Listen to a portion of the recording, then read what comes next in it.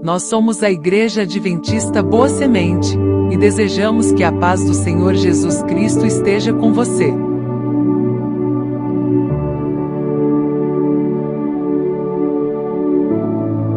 Estamos muito felizes com a sua companhia. Aproveite para se inscrever em nosso canal, ativar o sininho para sempre ser avisado sobre novos conteúdos referente à nossa escola bíblica presencial, que acontece todos os sábados, às 9 horas da manhã. Estamos esperando por você.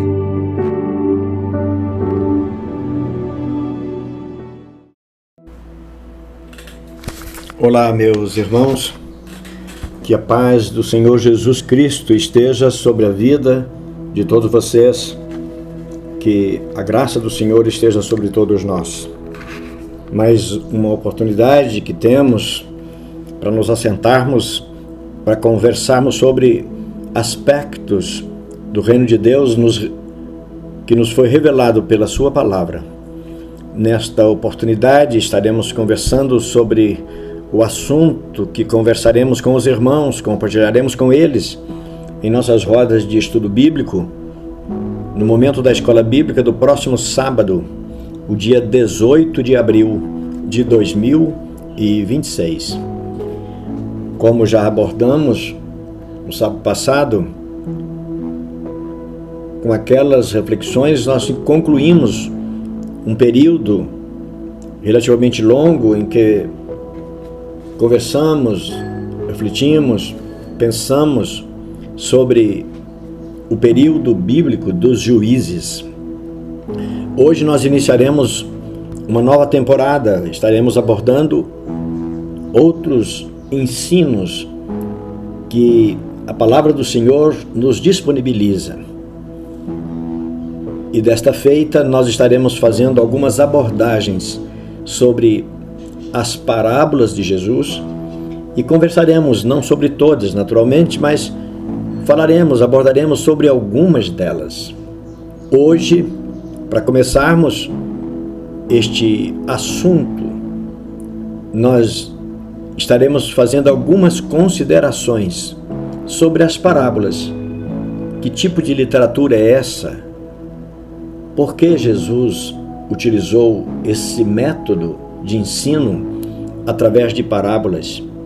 E a gente poder pensar também o que é uma parábola, a estrutura que ela apresenta, os ensinos que elas carregam, as evidências do reino de Deus que elas demonstram, as parábolas. E o nosso texto de abertura, Mateus, no capítulo 13, os versos 34 e 35. O evangelista Mateus disse assim: tudo isso disse Jesus por parábolas. Tudo isso disse Jesus por parábolas, para que se cumprisse o que fora dito pelo profeta que disse: abrirei em parábolas a boca, publicarei coisas ocultas desde a criação do mundo. Interessante o que esse relato de Mateus nos revela. Vamos ler outra vez? Jesus falou às multidões por parábolas, e os seus principais ensinos não foram passados a não ser por parábolas. E Mateus justifica de forma interessante: para que se cumprisse o que fora dito pelo profeta, que disse: abrirei em parábolas a boca, publicarei coisas ocultas desde a fundação do mundo. Essa referência que Mateus faz, quando ele diz para que se cumprisse a palavra do profeta, o que Mateus está dizendo, a referência que ele usa, na verdade, é o Salmo 78. O Salmo 78 foi escrito pelos filhos de Corá, ou Coré, como algumas Bíblias trazem. E o que é que o Salmo 78 diz? Mas antes de nós entrarmos no Salmo, vamos ler os primeiros versos, pelo menos. O Salmo 78, ele é bastante longo, ele traz um texto, um poema com 72 versos. E nós vamos ler apenas os primeiros versos, 5 ou 6, no começo, que já é suficiente para a gente poder compreender alguns aspectos dessa metodologia usada por Jesus, que era de ensinar as pessoas contando uma parábola. Mas o detalhe, Mateus escreve que Jesus falava por parábolas para que se cumprisse a palavra do profeta. Mas a referência a esse texto, a referência a essa fala, essa revelação que Mateus faz, não nos remete a um texto profético, um texto falado por um dos profetas. Nos remete a um salmo. E quero te chamar a atenção para pensar nisso. Veja, o texto sagrado, ele é composto em grande parte dele por profecias. E essas profecias, elas têm uma forma de se manifestar das mais diferentes. Quando a gente fala em profecia, a primeira coisa que nos lembra é a predição do futuro. Mas não é uma simples predição de futuro.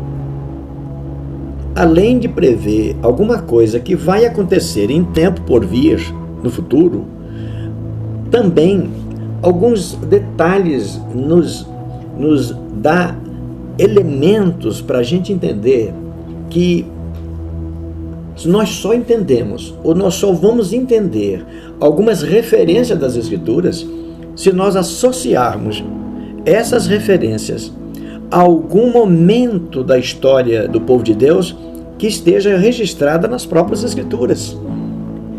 De maneira que o ensino de Jesus através de parábolas, por exemplo, não foi uma mera escolha de Jesus. A gente vai ver, com base nesse tipo de informação, nesse conteúdo, a gente vai ver que a metodologia de Jesus de ensinar por parábolas não foi uma escolha, como dito, uma escolha pessoal dele. Ele gostava de fazer isso.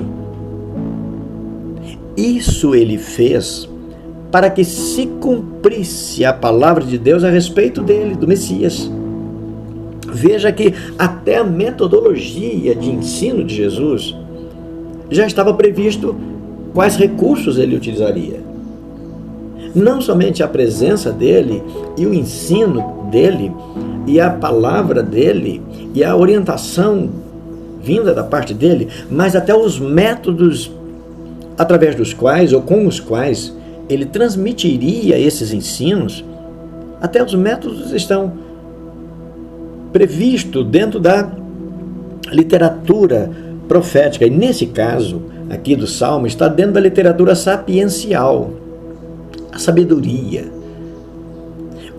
para mostrar para a gente que a palavra de Deus, ela tem uma inspiração divina, ainda que seja em forma de poemas, em forma de canções, em forma de alegorias, em formas de demonstração de conhecimentos diversos.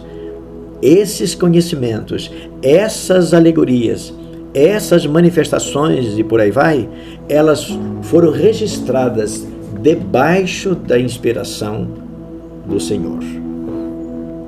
E vamos ao Salmo então 78. E a gente começa a leitura deste poema lendo as seguintes palavras: escutai a minha lei, povo meu. Bom, essa expressão de lei, escutar a lei, ouvir a lei, seguir a lei, falar da lei, viver a lei, para o tempo que a gente chama nas Escrituras de Velho Testamento, parece que é bem familiar. Mas o texto vai além do estímulo que era dado aos israelitas, porque esse texto é uma referência a tempos vindouros. O Salmo 78 traz uma referência a tempos vindouros. Então, quando diz, escutai a minha lei, povo meu, essa recomendação ou esse direcionamento é um direcionamento que vai muito além dos hebreus, muito além dos israelitas, muito além do povo judeu. Passa pelos judeus, que haveria de ouvir aquele que falaria por parábolas, ensinaria por parábolas, em primeiro plano aos próprios judeus, que era o povo meu, citado no Salmo 78, e que depois foi ampliado esse povo quando a mensagem, a lei, a pregação da lei, da palavra de Deus, ela foi ampliada para todos os demais povos. Portanto, a expressão minha lei aqui não é a lei dos sacrifícios, não é a lei dos 10 mandamentos, não é a lei para o povo, a forma como eles deviam constituir famílias, cuidar das propriedades, prestar o sacrifício e tal, e outras coisas mais. Mas a minha lei é uma outra forma de chamar a atenção o povo para dar atenção às Escrituras. Entende? Então, é uma palavra que é falada chamando a atenção para a palavra do Senhor a todos os povos. E continua dizendo, inclinai os vossos ouvidos às palavras da minha boca. Aqui também, veja, ela é construída com uma demonstração de um estilo poético chamado de paralelismo. Veja, escutai a minha lei, povo meu, inclinai os vossos ouvidos às palavras da minha boca, é praticamente a mesma coisa, ele está falando a mesma coisa. Só que com outras ênfases, com outras palavras, falando de uma outra forma. Isso é paralelismo em estrutura poética. Escutai a minha lei, povo meu, inclinai os vossos ouvidos às palavras da minha boca, é a mesma mensagem, mas com uma ênfase diferente. Isso reforça o ensino, isso reforça a busca da atenção do leitor, daquele que está meditando, daquele que está refletindo. Uma forma de reforçar a mensagem através da repetição da ideia, mas com uma construção de uma palavra diferente, construído de forma diferente. Pois bem, escutai a minha lei, povo meu, inclinai os vossos ouvidos às palavras da minha boca. Olha o verso 2. Abrirei a minha boca em parábola, falarei enigmas da antiguidade. Outra vez o paralelismo surge. Abrirei a minha boca em parábola, ou numa parábola, falarei enigmas da antiguidade. Bonito isso, essa estrutura. Fala-se uma coisa, uma verdade, anuncia-se um fato e depois com uma outra frase, usando uma outra estrutura de palavras para confirmar o que já falara antes. Mas então, com essas posturas, com esse entendimento a respeito à estrutura poética do Salmo 78 em particular, vamos pensar então em Jesus, não é? Vamos pensar em Jesus. Vamos voltar ao verso 1 para a gente pensar em Jesus. Escutai a minha lei, povo meu. Inclinai os vossos ouvidos às palavras da minha boca. E as palavras da minha boca, elas serão pronunciadas em formas de parábola. Unindo os versos 1 e 2 do Salmo, eu falarei enigmas da antiguidade. Aí a gente vai entender por que Jesus ensinou por parábolas. Por quê? As parábolas têm a finalidade de nos ensinar coisas que a gente só poderia entender, que os leitores das Escrituras só podemos hoje entender se a gente ligar os ensinos de alguns dos autores da palavra, dos escritores bíblicos e daquilo que personagens como Jesus falou, quando a gente liga os pontos. Então Jesus não deu uma doutrina nova, não mandou uma mensagem nova. Ele, nas parábolas, ele vai ensinar coisas antigas. E as coisas antigas é porque a sociedade humana, com o pecado que trouxe a morte, a sociedade humana vive em gerações. Portanto, gerações anteriores às gerações atuais, por exemplo, as gerações que estavam vivendo nos dias de Jesus, elas não viveram no tempo em que outras gerações que viveram antes delas puderam viver, ouviram. E agora as gerações de Jesus estavam a entender aquilo que havia sido falado para os seus antigos antepassados, para os seus pais.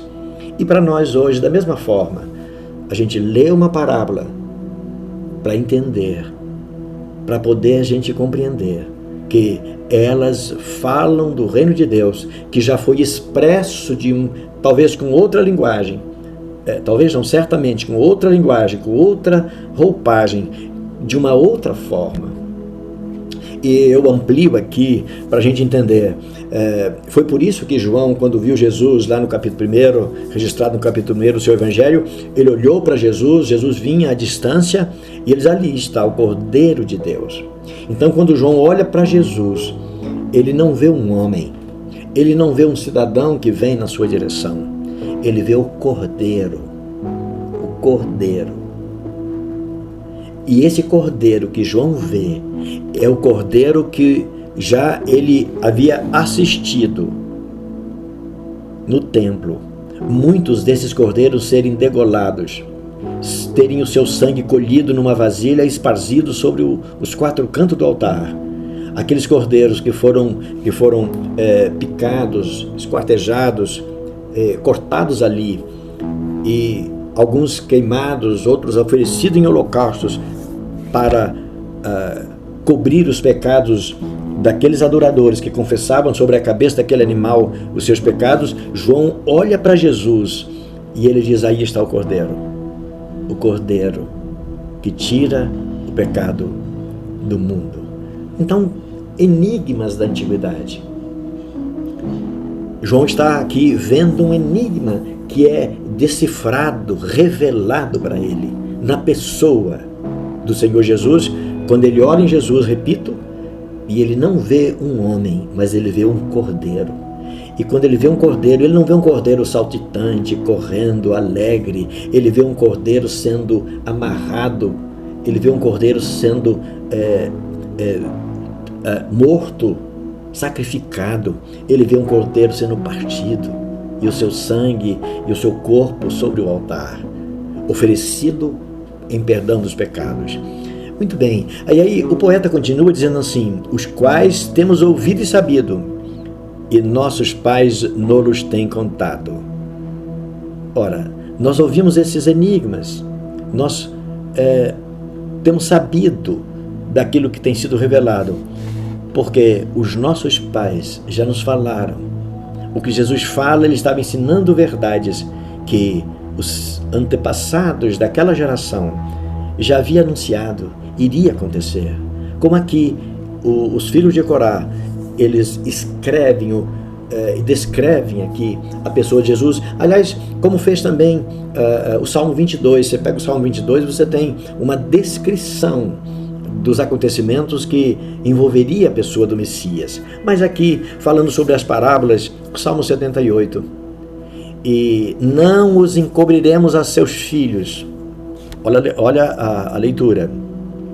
Não os encobriremos a seus filhos, aos filhos das gerações futuras. Nós ouvimos coisas que foi apresentado desde a antiguidade e de forma enigmática, porque na antiguidade eles não viram Jesus. Eles não viram o Cordeiro de Deus que tira o pecado do mundo, que João viu. Eles ouviram aquelas coisas e eram como enigmas. Mas aquilo não estava encoberto às gerações que se foram. Não os encobriremos. O enigma, os ensinos, as lições, as revelações. Nós não encobriremos, Jesus veio e revelou aquilo que estava prenunciado, mostrando à geração futura os louvores do Senhor, assim como a sua força e as maravilhas que fez. Jesus é a história ambulante, é a história andante, é a história em movimento. A presença de Jesus é a história em movimento. E as suas parábolas, o seu método de ensinar era como que a história movimentada na mente dos seus ouvintes. Mas os seus ouvintes se perturbaram. Por que fala conosco só em parábolas? A gente vai, ao longo das nossas reflexões, vamos pensar essa resposta que eles precisaram. Por que o Senhor só fala em parábolas? E a gente vai entender por que Jesus falou para alguns deles, dizendo, olha, isso é para vocês entenderem o reino. Os que descreem, os que não estão atentos, eles não vão entender. Muito bem, no verso 5 vai dizer, porque ele estabeleceu um testemunho em Jacó. Ele, o Senhor que diz, escutai a minha lei, povo meu. Este que falou dizendo, escutem a minha lei, essa ordem, ou esse chamar de atenção de uma maneira veemente. Eu estabeleci o meu testemunho em Jacó, eu pus a minha lei em Israel, e essa lei que ele pôs em Israel é que o Cordeiro de Deus haveria de vir, a qual deu aos nossos pais, para que fizessem conhecer aos seus filhos. Nós só conhecemos a lei que Deus estabeleceu, que o Messias restauraria a vida do povo, a vida da criação, particularmente da criatura humana. E Deus nos revelou isso e nos deu a conhecer por Jesus. Se não fosse por Jesus, nós não conheceríamos o propósito de Deus dos nossos resgates. Para que, verso 6, vamos encerrando por aqui essas considerações. No verso 6, para que a geração vindoura a soubesse. Nós somos a geração que havia de vir. Isso é lindo. Eu e você. Para que a geração vindoura a soubesse. Os filhos que nascessem, gerações futuras, os quais se levantassem e contassem aos seus filhos. Olha só o paralelismo aqui, que está presente nesse salmo todo, né? Para que a geração vindoura soubesse. A geração vindoura nada menos é do que os filhos que haveriam de nascer, que nada menos era do que aqueles que haveriam de se levantar depois e contar às suas gerações seguintes. E eu fecho no verso 6 essas considerações sobre as parábolas de Jesus, as causas, os porquês de Jesus ensinar com aquela metodologia, para que pusessem em Deus a sua esperança e se não esquecessem das obras de Deus, mas guardassem os seus mandamentos. Deixa eu esticar aqui, me permita, para o verso 8. E não fosse como seus pais, geração obstinada e rebelde, geração que não regeu o seu coração e cujo espírito não foi fiel a Deus. Nós lemos há poucos dias Romanos, no capítulo 11, quando o apóstolo Paulo falou ali sobre os judeus e os gentios. E Paulo fecha o capítulo 11 da carta aos Hebreus. Não sei se os irmãos se lembram, se todos estavam na igreja no dia que nós falamos sobre esse assunto. Paulo fecha o assunto em Romanos 11, quando ele fala de judeus e gentios, quer dizer, pessoas, gerações através do tempo, dizendo, olha, vocês prestem atenção, vocês não são melhores do que os judeus, e os judeus também não são melhores do que vocês. Deus encerrou debaixo do pecado tanto os judeus quanto os gentios, para com todos usar de misericórdia. Isso é lindo. O Salmo 78 esse salmo, essa palavra profética, essa previsão espiritual, não é? Em que o valor das pessoas, ele aparece, né? Com a graça de Deus, aparece esse valor através das pessoas, dando ouvido à palavra do pregador, a palavra do servo sofredor de Isaías 53, E Jesus é este servo. Então, Jesus é o contador de parábolas. Ele não é um contador de história qualquer.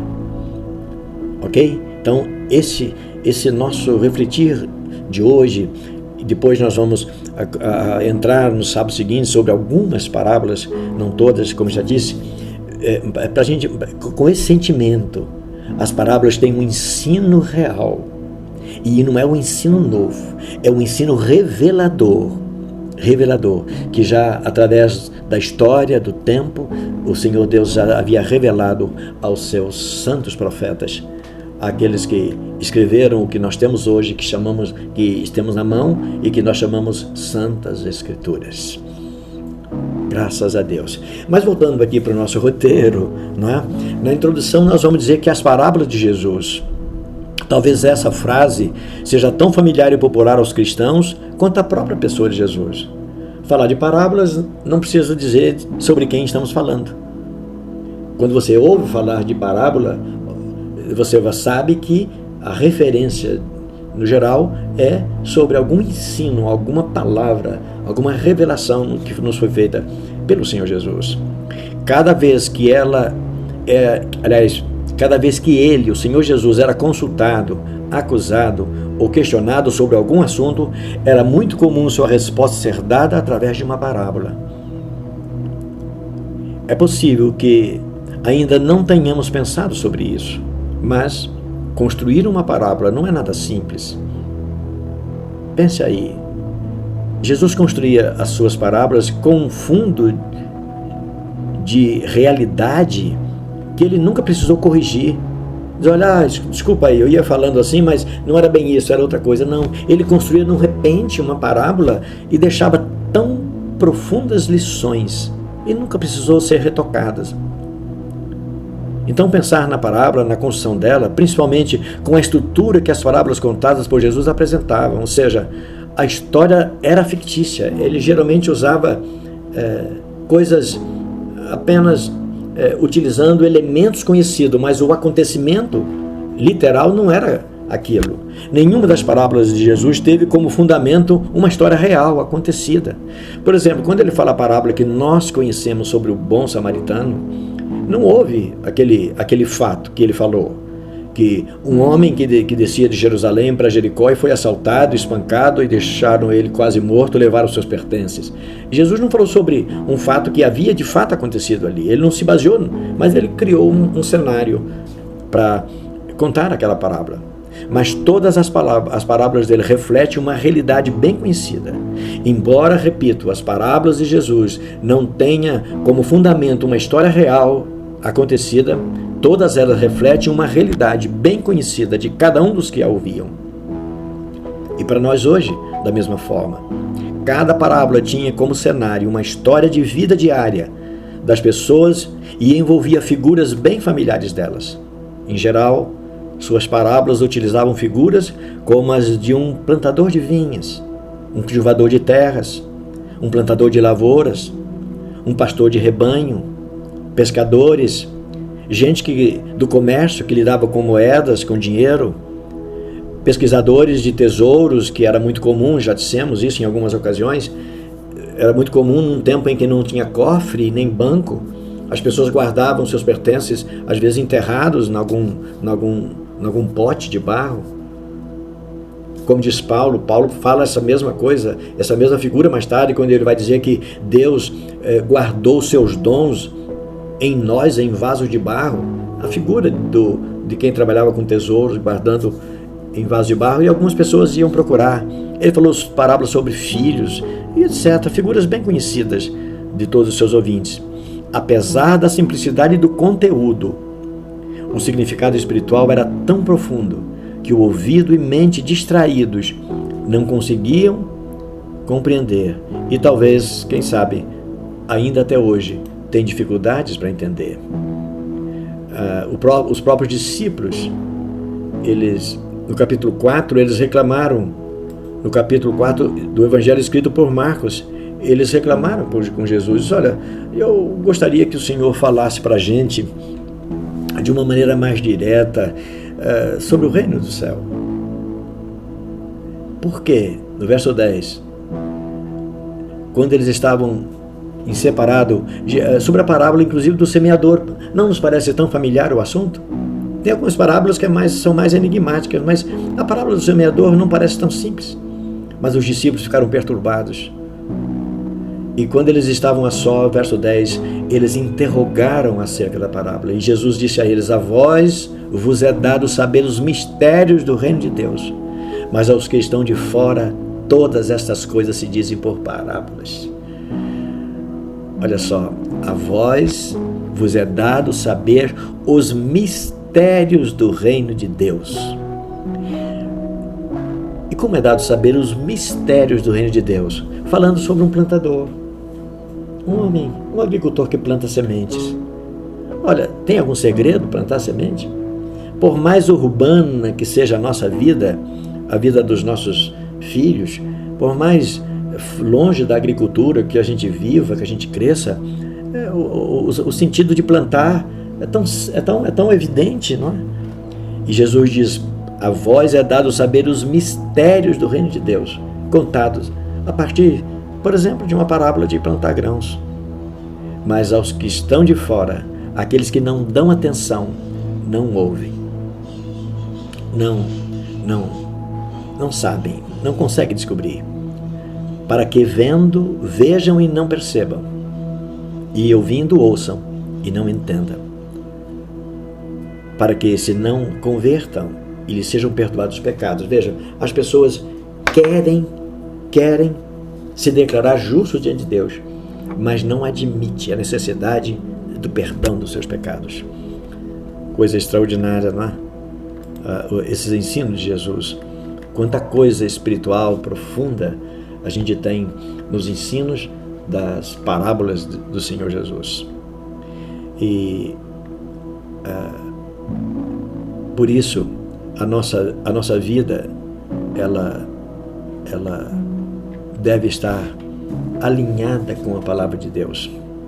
Na reflexão 1, nós vamos pensar que por mais que as parábolas e a Bíblia de um modo geral nos sejam tão familiares, é muito natural que encontremos dificuldades com algumas referências e narrativas bíblicas, incluindo as parábolas. E aqui eu deixo um apelo para você. A Bíblia é tão familiar para você, não é? Mas você entende o que você tem lido? Cada vez que você observa o ensino, algum ensino, qualquer que seja, esse ensino te chama a atenção para você ir atrás, para você entender. Olha o que Jesus falou. Aqueles que não se dedicam a compreender, a crer no reino de Deus, eles ouvem e não entendem. Será que eu e você estamos entendendo?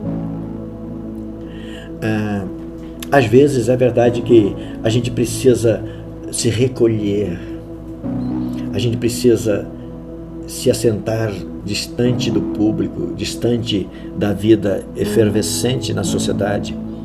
Às vezes é preciso a gente se recuar, deixar a TV, deixar as telas, né? Deixar as redes sociais, deixar as mensagens, aquelas mensagens que vêm editadas, bonitinhas, perfeitas. Às vezes a gente precisa se recolher ao nosso quarto, ao nosso escritório, à nossa mesa, recolher, olhar para a palavra de Deus e buscar entendê-la. Vou contar uma história aqui para vocês. Eu ouvi sobre um homem que está escrito aqui, um jornalista americano, descendente de japoneses. Esse homem foi convidado por uma editora para traduzir e comentar uma série de poemas clássicos sobre a história do Japão. Um jornalista bastante experiente. Ele era descendente de japoneses. E ele foi convidado pela editora, então, para fazer alguns comentários sobre poemas clássicos sobre a história do Japão. Ele aceitou o trabalho, mas com a seguinte condição: antes do início de suas atividades, ele iria morar em 1 ano no Japão. Embora ele fosse filho de japoneses, conhecesse e lecionasse sobre a língua japonesa, etc., ele queria viver com os japoneses e ver, ouvir e sentir como era a vida dos japoneses. Ele queria ir lá viver na região onde o autor escreveu, aqueles poemas. Só então, ele, um ano depois, eu preciso morar um ano lá, para eu sentir como é a vida daquele lugar, para eu ficar mais próximo possível da realidade da história daquela gente. Assim, a gente comenta aí na reflexão 1, são as parábolas contadas por Jesus. Elas refletem totalmente o pensar, o falar, a cultura, a família e a vida real dos judeus naquela época e lugar. Hoje, tão distante no tempo e local, vivendo, comendo, vestindo, falando de forma tão diferentes. Para nós, ouvir e entender as parábolas de Jesus é quase um desafio. E nós só iremos entendê-la se for pelo Espírito Santo de Deus. Nós temos falado isso repetidas vezes. A literatura bíblica não é como ler um livro de poema de qualquer autor. Ela traz verdades do reino do céu. E é interessante, Jesus não falou nada sobre o reino do céu.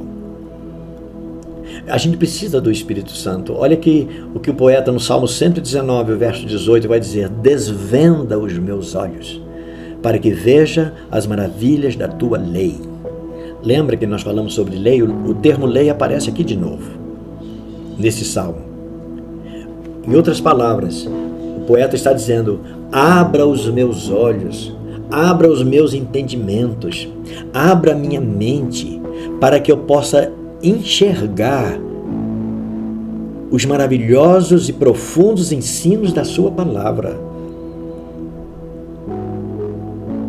Eu preciso do Espírito Santo, senão os meus olhos vão permanecer fechados, a minha mente vai permanecer fechada. É aquilo que nós falamos há poucos dias na igreja. A palavra é emocionante, é inquestionável, ela nos cativa, mas fica sem entendimento, então a gente não coloca em prática. Pensa você, quem de nós não gostaríamos de ler um trecho dos evangelhos em que Jesus contasse como era a sua vida no céu? Em que Jesus contasse como é o trono de Deus? Em que Jesus contasse para nós, revelasse para nós como os anjos se relacionam com o Senhor do céu, como o Espírito Santo relaciona com a divindade, como a divindade se relaciona entre si. Jesus apenas vai dar assim um pequeno indicativo, a gente diria um pequeno spoiler, quando ele diz na oração sacerdotal, que a gente chama de João 17, que eles aqui, a igreja, os meus filhos, sejam um como nós somos um. O que é isso? Jesus podia ter falado, a gente gostaria muito de ter ouvido Jesus falar sobre isso, mas ele não falou. As parábolas e a palavra, as escrituras, elas estão nas nossas mãos para nos revelar o suficiente para a gente entender o reino de Deus, o propósito de Deus para nós. E isso que Jesus respondeu para os seus discípulos, o que nós lemos em Marcos, no capítulo 4. Na sequência 1, vamos dizer que as parábolas nos desafiam, por dois motivos muito claros, pelo menos dois. Não vivemos no mesmo lugar e no mesmo tempo em que elas foram contadas. Isso já é um grande prejuízo para nós que vivemos nesse tempo tão distante e nesse rincão, nesse local tão distante. Por outro lado, nós não conhecemos o reino do céu. As palavras de Jesus não descrevem o trono de Deus, como já falamos, o reino do céu, que eu chamo aqui de reino do céu. E as parábolas nos remetem para ele. Nos remetem para a gente entender as coisas do céu. Jesus fala, olha, se eu falo das coisas terrenas, vocês não entendem, imagina se eu falar das coisas do céu. Ele não falou, porque a gente não teria capacidade de entender, simplesmente por isso. E a gente fica, pela ajuda do Espírito Santo, a gente fica, assim, bem próximo de compreender que há um Deus poderoso, amoroso, dedicado, que nos tem preparado para estar lá, para conhecer lá. Desse modo, o melhor método de que podemos dispor para extrair o mais puro e edificante ensino que nos é dado por Jesus através dessas parábolas é nos submeter ao mesmo Espírito de Deus ao qual Jesus foi submetido. Como homem, em Lucas capítulo 4, o evangelista Lucas descreve o que aconteceu com Jesus. Então, pela virtude do Espírito, depois da tentação de Jesus no deserto, do período em que ele esteve afastado, Jesus volta para Galiléia e as pessoas souberam. A sua fama correu por todas as terras em redor. E ele ensinava nas sinagogas e as pessoas aplaudiam o seu ensino. Quer dizer, concordavam, ficavam encantadas com aquilo.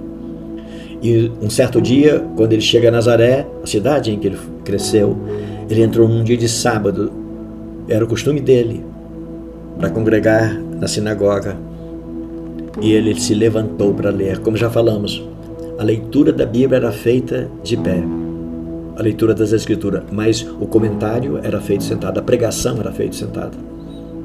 E nesse dia foi-lhe dado o livro do profeta Isaías. E ele, abrindo, achou o lugar em que estava escrito. Quer dizer, esse achar não é um acaso que ele botou o dedo e saiu lá. Ele sabia o que ele queria ler. E ele leu essa parte: o Espírito do Senhor é sobre mim, pois que me ungiu para evangelizar os pobres, enviou-me a curar os quebrantados do coração, a pregoar a liberdade aos cativos e a dar vista aos cegos, e a pôr em liberdade os oprimidos e a anunciar o ano aceitável do Senhor. O Espírito do Senhor está sobre mim. Só abrir um parênteses aqui. Quando o evangelista Lucas dá essas informações, se referindo ao profeta Isaías, ao que já estava previsto sobre o Messias, ele diz: o Espírito do Senhor é sobre mim, pois que me ungiu para evangelizar os pobres. Está vendo? Jesus pregou para pobre. Não, mas esse pobre aqui não é o pobre financeiro. Você vai ver, não é pobre financeiro. Jesus pregou para todo tipo de pessoas. Jesus pregou para Nicodemos. Jesus pregou para os saduceus, homens ricos. Jesus pregou para mulheres cuja família era bem aquinhoada. Esses pobres são outros pobres. Assim como quebrantado do coração. O que é quebrantado de coração? É uma forma de linguagem que se aplica, a mesma regra se aplica para a palavra pobre. Por outro lado, apregoar a liberdade aos cativos. Quem são esses cativos? Aonde? Jesus não foi num presídio pregar. Ele me enviou para dar vista a cego. Quantos cegos Jesus curou? Por liberdade os oprimidos. Entende? Então são todas linguagens que está sendo utilizada. E depois o ano aceitável do Senhor. Qual o ano aceitável? Aquele ano era o aceitável? Aliás, Jesus pregou 3 anos. Qual deles foi o ano aceitável? O primeiro, o segundo ou o terceiro do ministério dele? Entenderam? Então, essa linguagem aqui de pregar aos pobres esquece daquela ideia de que ele foi enviado para pregar para pessoas sem recurso financeiro. Também. Mas essa expressão não identifica o Senhor Jesus como um pregador de pessoas sem dinheiro. A pessoa sem dinheiro, ok? Fecho aqui a aspa para a gente retomar aqui o fato de dizer que o Espírito do Senhor, o Espírito Santo, ungiu Jesus, preparou Jesus. E ele usava as Escrituras. Para a gente entender as Escrituras e entender as parábolas, entre outras coisas, de Jesus, outros ensinos, nós precisamos do mesmo Espírito de Deus. Na reflexão 2, vamos dizer que as parábolas contadas por Jesus são sim variadas. São assuntos, temas, ênfases totalmente diferentes. Mas elas atraem nosso olhar para um único ponto: o reino de Deus. São variados. As histórias, os eventos, os acontecimentos, os episódios, os elementos envolvidos na ilustração das parábolas, mas são diferentes. Mas todas elas nos preparam para o reino de Deus, tanto no presente quanto no futuro. Nós temos, pela graça do Senhor, uma visão do reino que o mundo sem a ajuda do Espírito Santo não tem. Assim como os discípulos tiveram discernimento que as outras pessoas que não creram em Jesus não tiveram. Em relação ao tempo presente, as parábolas nos provocam e nos atraem para a realidade atual da forma como vivemos. Elas nos contextualizam, embora tão antigas. Já em relação ao futuro, ela nos revela que o reino de Deus não será apenas um lugar, mas uma realidade plena de justiça, paz e coerência. A gente pode citar aqui o evangelista Mateus, no capítulo 5, vai dizer no verso 5: bem-aventurados os mansos, porque eles herdarão a terra. Veja que nós estamos falando de coisas do reino, coisas espirituais. Quando diz herdarão a terra, ele não está dizendo que nós vamos herdar uma propriedade, uma fazenda, uma chácara, um sítio, um recanto, um lugar qualquer. Quando diz herdarão a terra, ele está dizendo do reino de Deus, como herança dada aos filhos seus. Coisas de Deus, palavras de Deus, jeito de ensinar de Jesus, né? E na sequência 2, já indo para a conclusão, a gente vai dizer que Jesus não inventou e nem arriscou um método que seria revolucionário para facilitar a aprendizagem das pessoas sobre o reino de Deus. Não. Ele não inventou um método que deu certo. A profecia, o Espírito Santo já havia anunciado que esse era o método dele falar do reino de Deus. Essas parábolas nos revelam o que até então era desconhecido. Mateus capítulo 13, versos 34 e 35, olha como Mateus descreve o que Jesus explicou para as pessoas. Tudo isso Jesus disse por parábolas à multidão, e nada lhes falava sem parábola, para que se cumprisse, como já lemos, o que fora dito pelo profeta, que disse: abrirei em parábolas a boca, publicarei coisas ocultas desde a criação do mundo. Coisa linda, né? Já lemos o Salmo 78. Então é isso. O profeta foi o autor do Salmo 78, um poeta, que falou que ele abriria a sua boca em parábolas, revelaria coisas ocultas desde a fundação do mundo, diz Mateus. Marcos diz desde a antiguidade, para nos revelar coisas do reino de Deus. Talvez seja por causa da simplicidade do método de ensino de Jesus, contar histórias sobre fatos tão comuns para as pessoas, que o reino de Deus seja rejeitado e até desprezado por tantos sábios entre os homens. É o que Paulo escreveu aos Coríntios, no capítulo 1, né? Texto bem conhecido todos nós, mas que às vezes ganha sentido aqui. Certamente ganha. A palavra da cruz é loucura para os que perecem. 1 Coríntios capítulo 1, a partir do verso 18. Mas para nós que somos salvos é o poder de Deus. É lindo o que nós falamos, que nós refletimos. E o sábio, onde está o sábio? O escriba, aquele que entende da lei, da norma, da regra.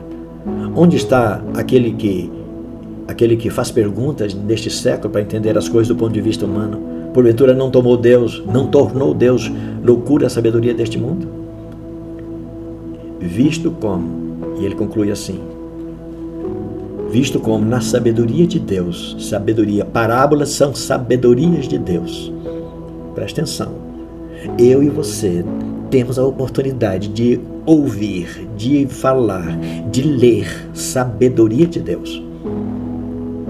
O mundo não conhecia a Deus pela sua sabedoria de Deus. Aprove a Deus nos salvar os crentes pela loucura da pregação. A parábola de Jesus é uma loucura, mas foi este o método que ele utilizou, ungido pelo Espírito Santo, para nos falar sobre o reino de Deus. E a gente conclui dizendo: parábolas são histórias do dia a dia das pessoas, e lembrar essas pessoas: não deixe Deus fora dessa rotina. Ouça as parábolas, leia as parábolas, pesquise as parábolas, debaixo da unção do Espírito Santo. Elas têm muita coisa para nos revelar. É isso que vamos estar estudando a partir dos próximos sábados, algumas delas, desfrutando dessa bênção, dessa porção tão profunda que nos é revelada sobre o reino de Deus através das parábolas contadas por Jesus. Ele nos abençoe. Amém. Muito obrigado pela sua companhia durante a reprodução deste vídeo. Aproveitamos a oportunidade para convidar você e toda a sua família para cultuar a Deus conosco, no próximo sábado, às 9 horas da manhã, na Rua Torino, número 113, Parque São Bernardo 2, sede da Igreja Adventista Boa Semente, que fica na cidade de Fernandópolis, estado de São Paulo. Até breve!